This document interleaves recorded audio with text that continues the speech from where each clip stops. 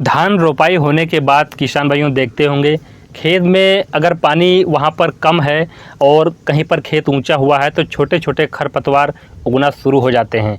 ऐसे में किसान भाइयों अपने खेत में जाइए, देखिए छोटे छोटे खरपतवार हैं, बहुत चौड़ी पत्ती के खरपतवार हैं, कुछ सकरी पत्ती के खरपतवार हैं, उगना शुरू हो गए हैं। ऐसे में किसान भाइयों बहुत ही आसान तरीका, बहुत ही आसान ट्रिक आपको बताएंगे कि खरपतवारों को कैसे नष्ट कर सकते हैं बहुत ही कम खर्च में। तो सबसे पहले किसान भाइयों बात करेंगे धान की रोपाई हो जाने के बाद। आप देखते होंगे 10 से 12 या 15 दिन के बाद या 20 दिन के बाद आप देखते हैं खरपतवार उगना शुरू हो जाते हैं। बहुत छोटे छोटे होते हैं, ज़मीन से निकलना शुरू हो जाते हैं, आपको दिखाई नहीं पड़ रहे होते हैं, लेकिन वो बहुत तेज़ी के साथ निकल रहे होते हैं। अगर खेत में पानी वहाँ पर नहीं चढ़ता है, ऊंचा खेत है, कहीं कहीं पर पानी वहाँ पर जो खेत हमारा ऊंचा होता है नहीं चढ़ पाता है, तो वहाँ पर खरपतवार बहुत तेज़ी के साथ बढ़ रहे होते हैं।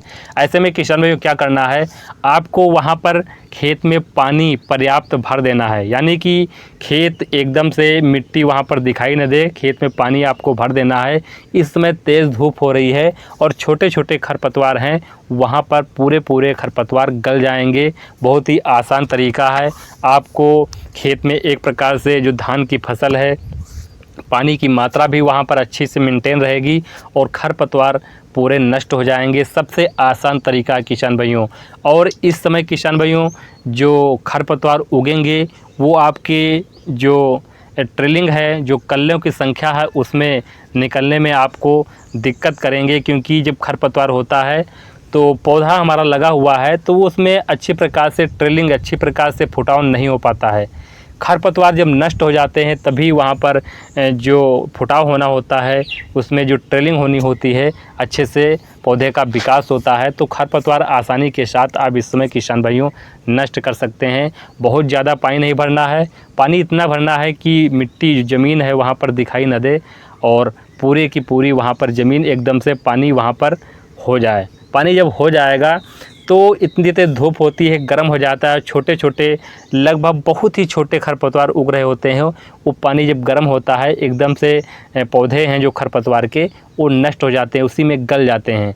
तो ये तरीका किसान भाइयों अपना करके वहाँ पर खरपतवार जो हमारे गदा पुरैना है या ढेड़री है या सोरी मकरा है या किसी प्रकार के अन्य खरपतवार हैं, चौड़ी पत्ती के या सकरी पत्ती के पूरे खरपतवार एकदम से आसानी से साथ नष्ट हो जाएंगे। और किसान भाइयों इसके बाद आप यूरिया के साथ जो भी पोषक तत्व मिलाकर आप डालना चाहें, आप वहाँ पर सल्फ़र देना चाह रहे हैं, जिंक देना चाह रहे हैं, तो इसके बाद जब बुआई करते हैं तो पौधे आसानी के साथ वहाँ पर ग्रहण कर सकते हैं। पहले ही जब डाल देते हैं तो सारे के सारे जो पोषक तत्व हैं, जो हमारे खरपतवार हैं, वो तेज़ी के साथ विकास करना शुरू कर देते हैं और धान के पौधे हमारे उतने ही लगे रहते हैं। इस तरीके से किसान भाइयों खरपतवार को नष्ट कर सकते हैं और आसानी के साथ खेत में अच्छी प्रकार से वहाँ पर हरियाली और वहाँ पर पौधे का विकास, जो फुटाव है, देखने को मिल सकता है। और किसान भाइयों अभी तक आपने अगर धान में पहली यूरिया के साथ जो खाद आप डालने जा रहे हैं वो नहीं डाले हैं, तो मैंने पिछला वीडियो बनाया है, उसमें देख सकते हैं पहली यूरिया के साथ क्या क्या के मिलाकर डाल सकते हैं और जो पहला खाद आप डालने जा रहे हैं उसकी डोज कितनी लेनी है, कितनी मात्रा वहाँ पर देनी है, इस चीज़ का आपको विशेष ध्यान देना है। किसी प्रकार की समस्या आ रही है तो नीचे कमेंट कर सकते हैं और मिलेंगे अगली वीडियो में। नमस्कार।